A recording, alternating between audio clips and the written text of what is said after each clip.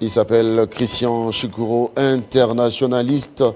RDC, la République démocratique du Congo, dans son parti Est, l'état des sièges. On en parle. L'état des sièges a-t-il montré ses limites? Eh bien, la question mérite d'être posée, surtout après cette réaction du gouverneur de l'Ituri, qui a jugé les commentaires de l'opinion publique très forts, qui pensaient que rien n'est fait pour mettre fin à l'insécurité dans l'Est de la République démocratique du Congo. Christian Chikuru, bonsoir. Bonsoir Crispin. Ça va? Très bien. Alors, l'Est de la République démocratique du Congo reste toujours en proie à la violence. Ça commence à faire des trous, malgré l'état des sièges, eh bien, on commence à avoir des déclarations de ras-le-bol. Oui. La question de l'Est, c'est, j'appelle la guerre que nous connaissons une guerre purement économique, parce que retenez, même ce qui semble hausser la voix pour critiquer les opérations jusque-là menées dans le cadre de l'état des sièges, ils font partie du problème, parce que, comme vous le savez, l'or essentiellement de la contrebande est à la base de cette situation que nous connaissons à l'Est. Et malheureusement, politique, population entrent dans ces circuits infernaux. Retenez, Crispin, qu'à Kampala, en face, vous avez la deuxième plus grande raffinerie de l'Afrique, après de Ghana. Donc plus que même l'Afrique du Sud, où vous avez plus de 219 tonnes traitées, raffinées annuellement. Et l'or qui vient dans ces raffineries pour être traité vient essentiellement de notre partie est de la République, essentiellement l'Ituri, parce que c'est de l'or qui est pris et allé vendu vers Iga Barrière et puis ramené à Kampala. Donc, vous êtes en face de cette machine, avec d'ailleurs un homme belge que vous connaissez, Alec Wetz, sanctionné par les trésors américains, mais nous, à l'interne, on ne fait rien pour arrêter. Parce que n'oubliez pas aussi que cet or qui traverse passe frauduleusement, sans payer même à l'État. L'État ne contrôle rien de ces circuits. Et c'est ce qui même renforce tout ce que vous avez comme groupes armés, les Codeco et consorts. On se pose des questions. D'où trouvent-ils des armes? Sûrement, c'est du produit de la vente de l'or dans des carrières aurifères qu'ils contrôlent et qui donc permettent à ce qu'ils vendent frauduleusement cet or et en retour des armes. Donc, vous comprenez que si on y prend garde, cette situation risque d'être quelque chose qui ne va pas se terminer si vraiment au niveau du gouvernement on ne met pas de bouchée double pour arrêter et de manière définitive ce qui se passe de l'autre côté. Moi, je suggérerais à ce que par exemple, qu'est-ce qui nous manque, nous, d'avoir une raffinerie pour transformer notre or localement? Parce que lorsque nous vendons de l'or, nos matières premières, que ce soit de l'or, que ce soit du cobalt, pendant que nous nous plaignons du chômage, nous prenons l'employabilité ou l'emploi de nos jeunes, notre emploi national, nous exportons avec nos matières premières. Et nous sommes là en train de nous plaindre qu'il n'y a pas du travail. Justement parce que du travail est emmené avec nos matières premières en dehors du territoire national. Il faut que le gouvernement national essaie de voir comment mettre fin à cette situation. Et la seule façon de mettre fin à cette situation, c'est de créer, c'est d'installer une raffinerie chez nous. Qu'est-ce qui nous manque pour ne pas le faire? La question économique prend le dessus sur les questions militaires. Naturellement. Maintenant qu'il y a des raffineries dans le pays frontalier de la République démocratique du Congo, doit-on couper ce qui ravitaille frauduleusement ou doit-on renforcer renforcer l'aspect militaire pour réellement sécuriser notre territoire? Les deux au même moment. Les deux au même moment parce que l'un renforce l'autre pour ce qui nous concerne. C'est-à-dire que même si on y va militairement, les lobbies autour de ces banditismes économiques régionaux ne croisera pas non plus les bras.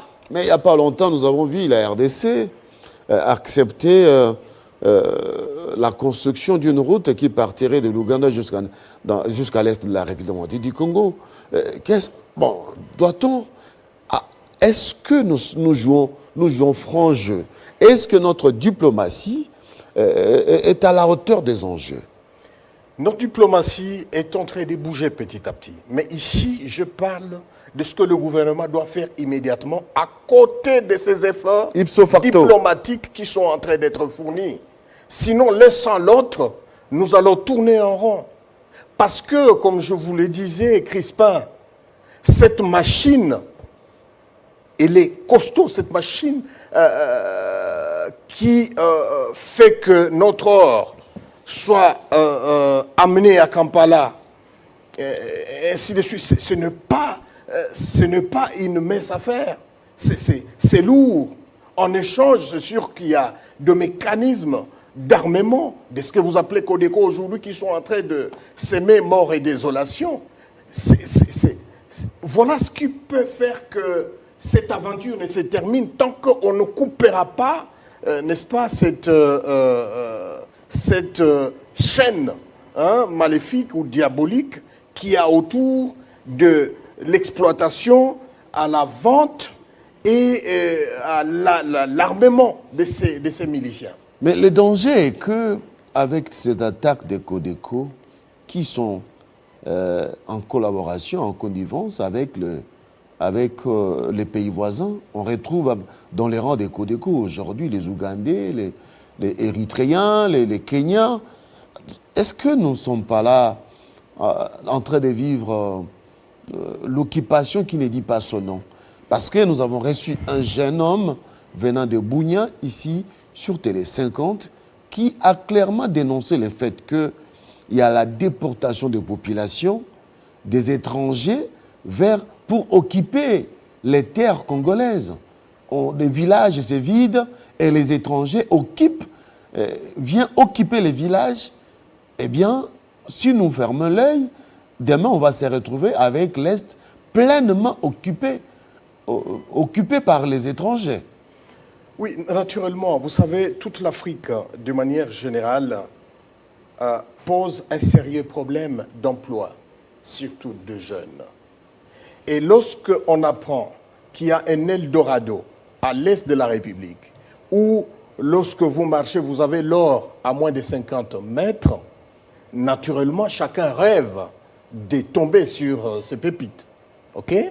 Malheureusement, il y a aussi cette question, comme je vous le disais, cette question de banditisme régional qui s'est mise en place autour de l'approvisionnement en armes du côté de miliciens, mais aussi l'or qui est extrait et qui est vendu pour faire tourner ces machines, comme je vous disais, de African Gold Refinery, pour ne pas les citer.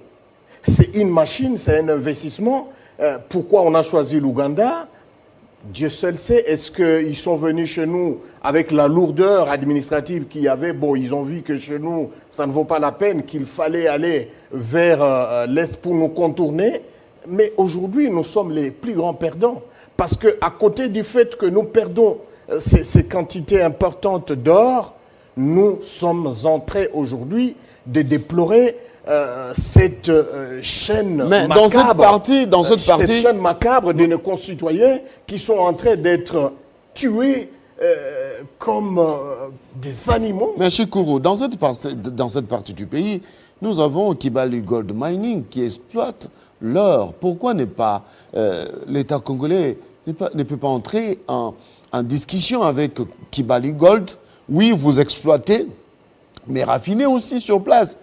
À la manière du président Doumbia du Mali qui a ordonné, du guide de la Guinée, qui a demandé à tout investisseur qui veut, j'y arrive, qui veut investir, de pouvoir d'abord créer les usines de raffinage sur place avant d'exploiter. Sinon, eh bien, monsieur, l'avion vous attend.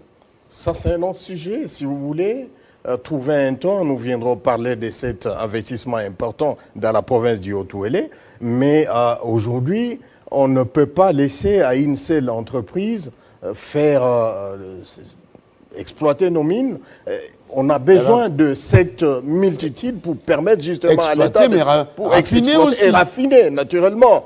Donc aujourd'hui, la question demeure, pourquoi nos matières premières ne sont pas traitées au pays? Pourquoi nous nous plaignons de ne pas donner du travail à nos jeunes gens qui finissent à l'université, alors que nous prenons du travail qu'on devrait donner à nos enfants, nous amenons ailleurs. Et personne ne se dit pas que, écoutez, on doit arrêter cette situation. Je suis ici pour lancer un cri d'alarme, pour dire que nos matières premières doivent être traitées localement, ici. Ça permettra à ce que nos jeunes gens qui finissent à l'université, nos jeunes gens qui sont en manque d'employabilité, puissent trouver du travail, ce qui permettrait aussi à l'État de renflouer ses caisses parce que ces personnes qui travaillent pourront justement aider l'État à avoir des moyens de sa politique pour notamment donner des moyens à notre armée, évidemment pour mettre fin à cette aventure qui n'a que trop duré sur la partie est de notre territoire. C'est le cas de féliciter le ministre de l'Industrie qui avait lancé avec le chef de l'État le projet de fabrication de batteries électriques en RDC. La matérialisation de ce projet sera inaubaine pour la RDC. Inaubaine naturellement, mais il faut que ça se généralise sur toutes nos matières premières. Si vous cobalt, le coltan, l'or. Si vous allez dans le territoire de Walikale, qui est voisin à mon territoire, je suis de Massissi dans le Nord Kivu, vous avez l'or qui est transporté, s'il vous plaît, dans des camions jusqu'en Ouganda, en état brut. Wow. Mais il n'y a pas de route pour arriver à Walikale. Il n'y a même pas de pont. Mais il y a des routes des écoles, Ouganda. Si on vous montre des centres de santé où nos mamans vont accoucher, je vous assure, c'est la mort. C'est déjà l'antichambre de la mort. Mais l'or traverse. Je suis déjà arrivé à Walikale. Vous comprenez? L'or va jusqu'en Ouganda pour être traité en Ouganda. Vous trouvez cela normal? J'en appelle vraiment au chef de l'État. Lorsque vous démontrez cet aspect des choses, la question a été posée par Jean-Marie Kassamba il y a quelques mois, je ne sais pas, est-ce que nous avons perdu le contrôle de l'Est? J'en appelle au chef de l'État pour mettre fin à cette situation. Parce que le développement de notre pays passe aussi par cet aspect des choses. Nous ne pouvons pas accepter qu'en même temps que nous nous plaignons de ne pas avoir du travail et que nous prenons l'emploi de nos jeunes pour amener en Europe, aux États-Unis ou en Ouganda. C'est irresponsable de notre part. Aujourd'hui, nous devons prendre un engagement de faire de sorte à ce que nos jeunes gens puissent trouver du travail. Et vous allez voir que tous ces bruits de partis politiques où vous avez plus de 2000 partis politiques, 3000, ça va cesser parce que les gens ont du travail. Donc l'État doit privilégier la politique d'investissement au pays. Au pays, pour permettre à ce que les jeunes, surtout, qui constituent la majorité de notre population, puissent trouver du travail. Tant que ça ne sera pas fait, la situation des restes... C'est une bombe à retardement. Tant que ça ne sera pas fait, l'Est connaîtra toujours de l'insécurité. Ça connaîtra le problème et même Kinshasa, on va amener à Kanyamaka, c'est ça, à un moment donné, on se fatiguera. Parce que le problème aujourd'hui, c'est l'emploi, c'est la misère. C'est un problème social C'est un problème social. et économique. Et économique, naturellement. Pendant ce temps, on fait quoi?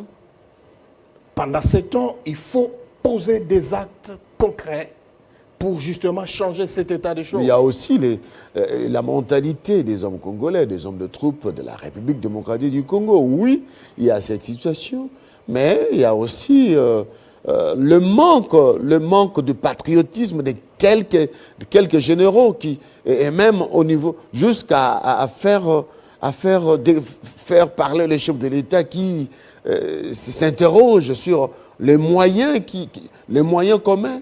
Et puis, les résultats n'arrivent toujours pas. Vous savez, c'est quand même une question assez complexe. Quand je l'ai dit ici sur vos antennes, vous ne pouvez pas comprendre pourquoi depuis toutes ces années, nos matières premières partent toujours. C'est une question qui demande vraiment un soutien tout azimut à nos autorités pour permettre à ce que justement cette situation soit. Parce qu'en même temps, il y a ces lobbies qui pèsent sur nos gouvernants. Et cela ne peut se faire que si nous sommes unis. Parce que voilà la vraie question qui devrait intéresser l'homme politique congolais. Opposition comme majorité. L'emploi de nos jeunes.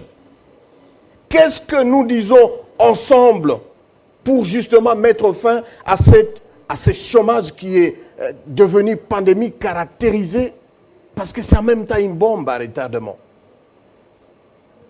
Au lieu de nous mettre ensemble autour de ce genre de questions, les gens sont ailleurs. Ouais, nous connaissons un peu le rouage. Nous sommes en programme avec la Banque mondiale, le FMI. Est-ce que, étant donné que nous sommes dans ces programmes, l'État congolais prend une initiative comme ça, de construire des usines, des raffineries, de matières premières, est-ce qu'on ne va pas nous imposer des choses pour dire non, il faut d'abord, il faut. Mais pourquoi les autres les font en Afrique? Je vous ai dit que la première raffinerie africaine, elle est au Ghana, qui venait de détrôner l'Afrique du Sud. Et dans tout cela, on voit... pourquoi ils ont réussi à le faire? Et pourquoi pas nous? Non, je me pose des questions. Si on peut considérer la géopolitique, c'est plus dans le pays anglo-saxon qu'on retrouve une sorte de boom économique. Oui, absolument. Nous avons la malchance d'avoir été colonisés par les Français, je m'excuse. Par les Belges. Par les Belges et consorts. Vous verrez que l'Afrique est divisée en deux blocs. Ceux qui ont été colonisés par les Anglais, vous voyez qu'ils sont dans un essor économique parce qu'ils sont pragmatiques. Nous, les Français, nous avons habitués à trop parler français. C'est comme nos politiques qui sont de cette école-là. Vous apprenez par exemple un forum sur l'unité et la réconciliation katangaise. Au lieu de parler des choses sérieuses pour dire notre cuivre, notre cobalt quitte le Katanga, nos jeunes gens finissent l'université, ils n'ont pas de travail. Nous prenons nos cobalt, notre cuivre, nous amenons ailleurs, donner du travail aux enfants d'autrui. Qu'est-ce que nous pouvons faire pour que aujourd'hui ça se transforme ici au Katanga et permettre à ce que nous ayons suffisamment de moyens et de l'emploi pour nos jeunes? Les gens sont ailleurs, ils voient 2023. S'il n'y avait pas 2023, il n'y aurait pas non plus ces forums. Voilà l'homme politique congolais. Des calculs politiciens. Des gens qui n'avaient pas la même chose comme idéologie politique, du coup, bloc patriotique. Une ripopée, un assemblage des éléments incohérents. Les gens n'ont plus d'idéologie. Les gens pointent les caisses de l'État. Comment je peux arriver à être là? À ceux qui sont déjà là. C'est malheureux. À ceux qui sont déjà là. Pourquoi n'agit-on pas pour construire les usines des raffineries? Je suis là justement pour alerter, pour dire que c'est vrai, nous devons... Je soutiens le président de la République, mais voici... Ça peut coûter combien une usine? Ça peut coûter combien? Mais écoutez, je pense que si vous avez... le Rwanda, je ne sais pas à combien il a installé... mais c'est à moins de 5 millions de dollars, vous avez une raffinerie. Aujourd'hui, la raffinerie ougandaise vous a produit pratiquement 1,25 milliard de dollars en l'an 2019. Si c'est un investissement pour permettre à ce que l'État ait suffisamment de moyens et connaisse suffisamment d'emplois pour nos jeunes, mais l'État gagne doublement. Pourquoi nous ne le faisons pas? Qui doit impulser? C'est le président de la République.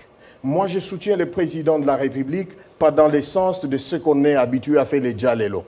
Nous disons que la question importante, c'est la question de l'emploi des jeunes.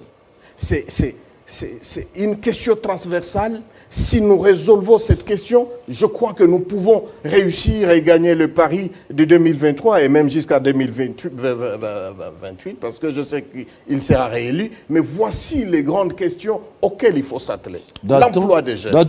Et nos matières premières sont un grand atout. On ne peut pas accepter de donner du travail à d'autres pendant que nous trimons, nous manquons du travail à faire, et c'est inacceptable. Alors, doit-on prioriser le développement des 45 territoires ou la construction des usines? Mais ces 45 territoires sont un programme à part. Les raffineries, c'est un investissement que le gouvernement doit mettre en place. Apparemment, ça n'a jamais... de l'industrie. Quand on parle de l'industrie dans ce pays, savez-vous qu'à l'Est, même l'eau, nous prenons en Ouganda? Est-ce que l'État manque l'argent pour mettre en place une usine pour ne fût-ce que l'eau?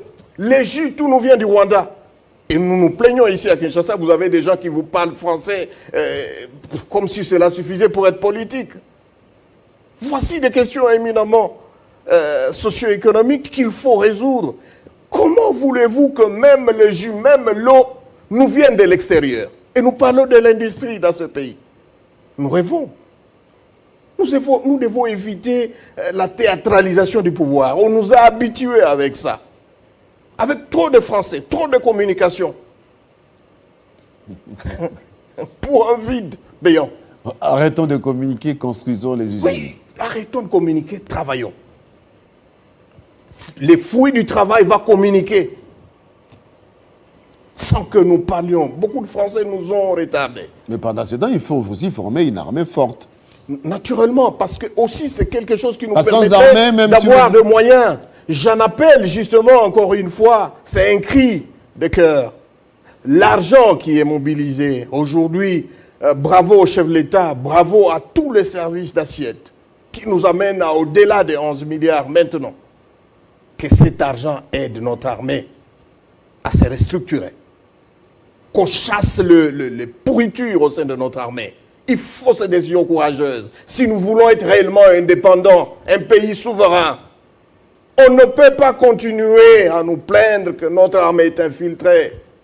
Il faut poser des actes pour extirper de l'ensemble de nos forces armées des éléments pourris. C'est ainsi que nous parlerons de la République démocratique du Congo. Sans cela, nous serons toujours là en train de nous plaindre et le pays risque de disparaître. Chekoro Christian, merci. Merci Crispin. Merci d'avoir été notre invité ce soir, le deuxième, après l'honorable Germain Mutombo. Mesdames et messieurs, nous avons parlé de la motion d'information initiée par Germain Mutombo pour donner les informations en rapport avec la situation d'insécurité en Ngandajika.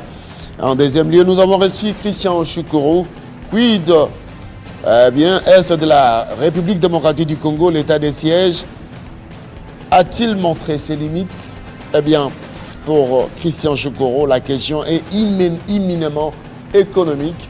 Il faut construire les usines de raffinerie pour raffiner, donner du travail aux jeunes. Eh bien, l'activisme des groupes armés sera réellement débouté. Merci d'avoir suivi ce programme à 19h heure de Kinshasa. Suivez la grande édition du journal avec Amina Bayongo. Au revoir.